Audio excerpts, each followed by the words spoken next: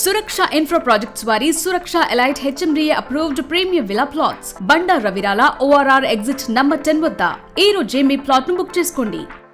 ద్వారా వారికి కావాల్సిన అన్ని వనరులను సమకూరుస్తాము, ఇల్లు కానీ వారికి కావాల్సిన ఆర్థిక సాయం అంతా కూడా సమకూరుస్తామనేది కూడా కేంద్ర ప్రభుత్వం మాట ఇచ్చింది. దానిలో భాగంగానే ప్రతి ఒక్కరు కూడా వచ్చి లొంగిపోతున్నారు. కొంతమంది ప్రాణాలు కోల్పోయారు, మరి కొంతమంది ప్రాణభయంతోనూ వృద్ధాప్య సమస్యలు ఎదుర్కొంటున్న నేపథ్యంలో వారందరూ కూడా వచ్చి జనసేన శ్రమంతో కలిసేందుకు ఇటు కేంద్ర ప్రభుత్వ ఆదేశాలు ఇటు రాష్ట్ర ప్రభుత్వ ఆదేశాలతో వచ్చి లొంగిపోతున్నారు. వారందరి మీద ఉన్న రివార్డు కూడా తిరిగి వారికే ఇచ్చే విధంగా కూడా చర్యలు తీసుకుంటున్నట్లుగా కూడా ప్రధానంగా తెలుస్తుంది. ఇక నక్సల్ ఉద్యమంలో కీలక పాత్ర పోషించారు మావోయిస్టు నేత అగ్రనేత గణపతి.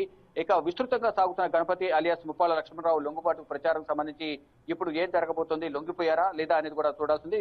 ఢిల్లీలో గణపతి లొంగిపోయాడనే ప్రచారం అయితే జోరుగా చర్చ కొనసాగుతుంది. ఇప్పటికే తెలంగాణ పోలీసులు ఉన్నతాధికారులు ఢిల్లీలో ఉన్నారు. వారంతా కూడా సీఎం రేవంత్ రెడ్డితో పాటు కేంద్ర హోంమంత్రి మీనాబాగ్ లో ఉన్న కేంద్ర హోంశాఖ మంత్రి అమిత్ షా నివాసానికి వెళ్లి చర్చలు జరుపుతున్నారు. అంటే ఆయన లొంగిపోయాడు కాబట్టి ఆ సమాచారం కేంద్ర హోంమంత్రి అమిత్ షాకు ఇచ్చి ఇక్కడ నుంచి వారికి అప్పగిస్తారా, లేదా ఇక్కడ నుంచి తెలంగాణకు ఈ గణపతిని తరలిస్తారనేది కూడా చూడాల్సింది. దీనికి సంబంధించి అధికారిక ప్రకటన కూడా మరి కాసేపట్లో వచ్చే అవకాశం అయితే కనిపిస్తుంది. సుమారు 5 దశాబ్దాలుగా మావోయిస్టు ఉద్యమంలో కీలకంగా పనిచేశారు గణపతి.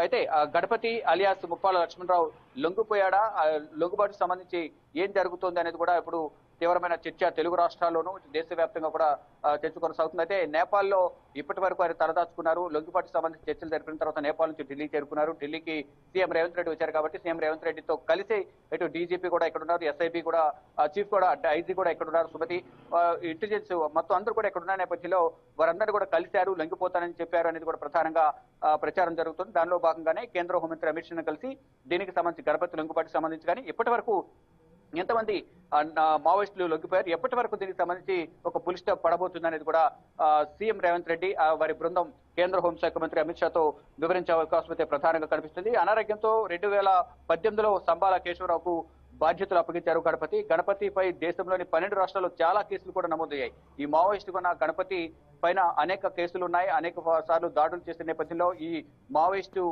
కమిటీకి కూడా అగ్రనేతగా వ్యవహరించిన నేపథ్యంలో పదవి బాధ్యతలు చేపట్టిన తర్వాత అనేక చోట్ల దాడులు కూడా చేసిన నేపథ్యంలోనే ఆయన పైన అనేక కేసులు కూడా నమోదైనట్టు తెలుస్తోంది.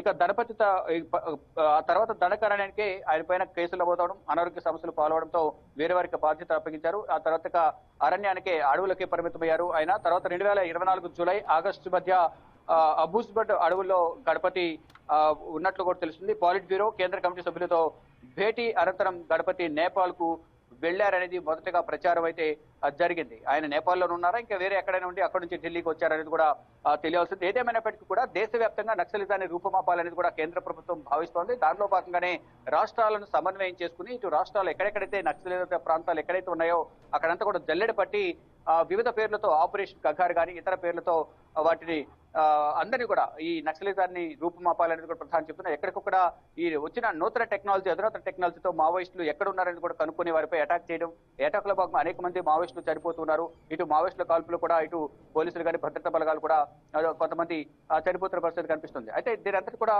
మొత్తం అందరూ కూడా అనేక మంది భయపడుతున్నారు. కొంతమంది వృద్ధాప్య సమస్యలు, కొంతమంది భయపడి ప్రాణాలు కోల్పోవడం కన్నా జనజీవన సమస్యలు కలవడం బెటర్, ఇప్పటివరకు చేసింది చాలు అనుకుంటా వారందరూ కూడా వారంతా కూడా భావిస్తున్నారు. దానిలో భాగంగా అంటే వారు లొంగిపోకపోయినప్పటికీ కూడా ఒక డెడ్ లైన్ అనేది కేంద్ర ప్రభుత్వం పెట్టింది కాబట్టి ఆ డెడ్ లైన్ లోగా అయితే లొంగిపోవడం లేదా ప్రాణాలు కోల్పోవడం ఈ రెండే వారి ముందు ఉంది. కాబట్టి లొంగిపోవడానికే ఎక్కువగా అందరూ మొగ్గు చూపుతున్నారు. అంటే నక్సలిజం ఇక ముందు కొనసాగే అవకాశం ఉండదు అనేది కూడా అందరూ భావించారు. కాబట్టి అందరూ లొంగిపోవడానికి సిద్ధంగా ఉన్నారు. ఇటు మహారాష్ట్ర కానీ, ఛత్తీస్గఢ్, ఒడిశా, ఇతర రాష్ట్రాలు, తెలంగాణ, ఇటు ఆంధ్రప్రదేశ్, ఇతర రాష్ట్రాలు, అన్ని రాష్ట్రాలు కూడా మావోయిస్టు ప్రభావిత ప్రాంతాలు ఎక్కడైతే ఉన్నాయో ఆ ప్రభావిత ప్రాంతాల అడవుల్లో నివసిస్తున్న ఈ మావోయిస్టులు ఎవరైతున్నారో వారందరూ కూడా వచ్చి లొంగిపోతున్నారు. ఇప్పటికే అనేక మంది, ఇప్పటి వరకు చాలా మంది ప్రాణాలు కోల్పోయారు.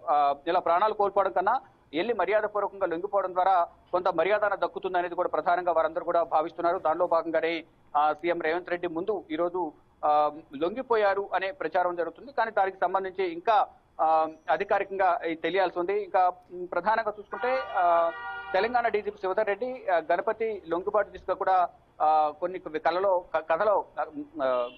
గతంలో కొన్ని కీలక వ్యాఖ్యలు కూడా చేశారు. అంటే త్వరలోనే గణపతి లొంగిపోతారు అనేది డీసీపీ కూడా వ్యాఖ్యలు చేశారు. అప్పటి నుంచి కూడా గణపతితో చర్చలు జరుపుతున్నారు. అంటే ఏదైతే పదవి చీఫ్ నుంచి తప్పుకున్న తర్వాత మావోయిస్ట్ అగ్రనేతగా అనారోగ్య సమస్యలు అతను తప్పుకోవడం, వేరే వారికి ఇవ్వడం, తర్వాత ఆయన పేరు కేసులు ఉండడం, ఈ అడవుల్లోకి పరిమితం కావడం, అక్కడ నుంచి నేపాల్కు వెళ్లిపోయారు అనేది ప్రచారం జరుగుతున్న నేపథ్యంలో మావోయిస్టుల ఏరియాకి సంబంధించి కార్యక్రమాలు కొనసాగుతున్న సందర్భంలో డీజీపీ కూడా త్వరలోనే గణపతి కూడా లొంగిపోతారు, మావోయిజం పూర్తిగా నిర్మూలిస్తాం తెలంగాణలో కూడా ఆయన తెలిపిన నేపథ్యంలో అప్పటి నుంచి కూడా చర్చలు జరుపుతున్నారు. చర్చలను కూడా సఫలమైనట్టు తెలుస్తుంది. ఈ తెలంగాణ ప్రభుత్వం కూడా కరిగుట్టలో కానీ ఇతర ప్రాంతాల్లో ఎక్కడైతే మావోయిస్టులు నక్కి ఉన్నారో అక్కడ వారందరికీ కూడా ముందుగా సామరస్యపూర్వకంగా చెప్పడం లొంగిపోవాలని, లేదు ఈ పక్షంలో వాళ్ళంతా ఎదురు తిరిగిన నేపథ్యంలో ఎన్కౌంటర్ చేయడం ఇదంతా కూడా జరుగుతూ వస్తుంది.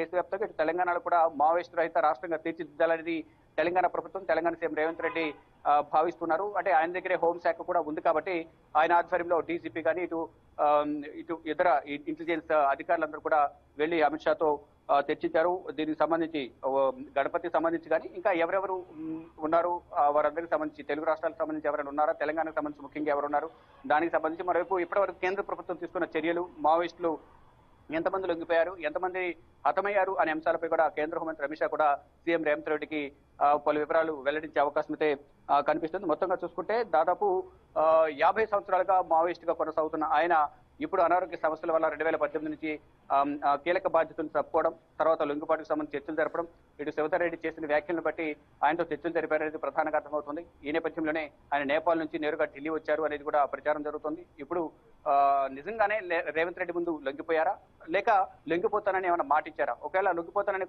కనుక సమాచారం ఇస్తే ఆ సమాచారం అనేది కూడా ఆయన దగ్గర నుంచి తీసుకున్న సమాచారం కానీ ఆయన లొంగిపోయారనే అంశాలకు సంబంధించి ప్రధానంగా సీఎం రేవంత్ రెడ్డి అందరూ వారి బృందం కేంద్ర హోంమంత్రి అమిత్ షాకు వివరించనున్నారు. కొద్దిసేపటి క్రితం దాదాపు 10 నిమిషాల క్రితమే కేంద్ర హోంశాఖ మంత్రి అమిత్ షాను కలిశారు కాబట్టి దీనికి సంబంధించి ప్రధానంగా నక్సలిజం సంబంధించి మరోవైపు డెడ్ లైన్ అనేది కూడా కంప్లీట్ కాబోతోంది. ఈ నెలకలోపు దేశవ్యాప్తంగా నక్సలిజం కంప్లీట్ కావాల్సి ఉంటుంది. ఒకవేళ ఎవరైతే ప్రాణాలు ఉన్నారో వారు అందరూ కూడా లొంగిపోవాల్సిన పరిస్థితి, లొంగిపోకపోతే ప్రాణాలు కోల్పోవాల్సింది అనేది కూడా ప్రధానంగా ఒక డెడ్ లైన్ కూడా ఇచ్చిన నేపథ్యంలో వారందరూ కూడా భారీ సంఖ్యలో వచ్చి లొంగిపోతున్నారు. ఇటు మహారాష్ట్రలో కానీ ఇటు తెలంగాణలో కానీ ఇతర రాష్ట్రాల్లో కూడా లొంగిపోతున్న నేపథ్యంలో ఇప్పుడు గణపతి కూడా లొంగిపోతున్నారు. అంటే వృద్ధాప్య సమస్యలు ఎదురవుతున్నాయి, వృద్ధాప్యంలో ఉన్నారు కాబట్టి ఇప్పుడు ఉండి మావోయిస్ట్ నేతగా ఉండి కూడా చేసేదేమీ లేదు కాబట్టి కుటుంబ సభ్యుల సూచన మేరకు ఇటు ప్రభుత్వం డీజీపీ శివధర్ రెడ్డి చేసిన ఆయనతో సంప్రదించిన నేపథ్యంలో ఆయన లొంగిపోవడానికి మొగ్గు చూపినట్టు తెలుస్తుంది. ఈ నేపథ్యంలోనే లొంగిపోవడానికి సంబంధించిన సమాచారాన్ని కేంద్ర హోంశాఖకు సమాచారం ఇవ్వడం, తర్వాత ఫర్దర్ గా తీసుకోవాల్సిన చర్యలపై కేంద్ర హోంశాఖ మంత్రితో సీఎం రేవంత్ రెడ్డి చర్చిస్తున్నారు.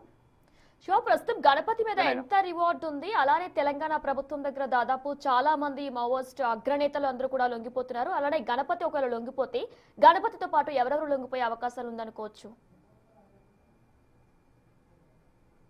ఆయనతో పాటు ఉన్న దళం ఏదైతే ఉందో ఆ దళం సంబంధించిన సభ్యులందరూ కూడా డెఫినెట్ గా లొంగిపోయే అవకాశాలు కనిపిస్తున్నాయి. అంటే డెడ్ లైన్ ప్రకారం గత సంవత్సరం 2 సంవత్సరాల కాలంగా మావోయిస్టుల ఏర్వేత కార్యక్రమం కొనసాగుతుంది. దాంట్లో ప్రాణాలు కోల్పోవడమా లొంగిపోవడమా ఇదే రెండే వారి ముందున్న ఆప్షన్లు. ఒకటి లొంగిపోవడం, లొంగిపోతే మాత్రం ప్రాణాలతో బ్రతికుంటారు, లేని పక్షంలో ఎట్లయినా కేంద్ర ప్రభుత్వం ఇటు రాష్ట్ర ప్రభుత్వాలు చేసే ఎన్కౌంటర్లో ప్రాణాలు కోల్పోవాల్సిన పరిస్థితి వస్తుంది. ఇక రివార్డుకు సంబంధించి ఇటు గణపతి పైన దాదాపు 1 కోటి నుంచి 2.5 కోట్ల వరకు కూడా రివార్డు ఉన్నట్లు కూడా తెలుస్తోంది. అయితే ఈ రివార్డుకు సంబంధించి గతంలో కొన్ని నిబంధనల ప్రకారం ఇచ్చిన రివార్డు అనేది వారికే ఇస్తారా అనే కొంత ప్రచారం కూడా జరుగుతోంది. ఎవరి పేద ఎంత రివార్డు ఉంది దాంట్లో కొంత పర్సెంటేజ్ ఇస్తారా లేకపోతే వారికి ప్రకటించినంత ఇస్తారా, అసలు ఏం జరుగుతుంది అనేది కూడా ఇంకా అధికారికంగా తెలియాల్సింది. అంటే ఇప్పటి వరకు లొంగిపోయిన మావోయిస్టులకు అటువంటి ఏమైనా ఆర్థిక సహకారం అందించిందా లేదా అనేది కూడా తెలియాల్సి ఉంది. కానీ ఇప్పుడు గణపతి అనే వ్యక్తి 50 సంవత్సరాలుగా అతని ఇటీవల ఆయన సోదరుడు కూడా ఈ ఒక పిలిపించారు, త్వరగా లొంగిపోవాలని పిలుపునిచ్చిన నేపథ్యంలో ఇటు వృద్ధాప్యం పైబడ్డం కానీ అనారోగ్య సమస్యలు, మరోవైపు అంటే ప్రధానంగా ఒక డెడ్ లైన్ పెట్టిన నేపథ్యంలో డెఫినెట్ గా అందరూ కూడా వచ్చి లొంగిపోవాల్సిందే. లొంగిపోవడం మినహా వారి దగ్గర ఆప్షన్ లేదు కాబట్టి ఎదురు తిరిగితే ప్రాణాలు కోల్పోవాల్సిన పరిస్థితి ప్రజెంట్ సిచ్యువేషన్ లో ఉంది. ఈ నేపథ్యంలో ప్రతి ఒక్కరు కూడా లొంగిపోవడానికి మొగ్గు చూపుతున్నారు. మొండు పట్టి వేసి లొంగిపోకుండా ఎక్కడ ఉన్నప్పటికీ కూడా అడవులు నెక్కి ఉన్నప్పటికీ కూడా ప్రభుత్వం దగ్గర ఉన్న అత్యాధునిక టెక్నాలజీ ద్వారా వారందరినీ గుర్తించి మట్టుబెట్టే ప్రయత్నాలు అయితే జరుగుతున్నాయి. దానిలో భాగంగానే గణపతి లొంగిపోయారు అనే ప్రచారం అయితే జోరుగా కొనసాగుతుంది. దానికి సంబంధించి చర్చించేందుకే సీఎం రేవంత్ రెడ్డి అండ్ బృందం ప్రధాని ఇటు కేంద్ర హోంశాఖ మంత్రి అమిత్ షాతో భేటీ అయినట్టుగా తెలుస్తోంది. Vinay. Right Shiva, thanks for the live details.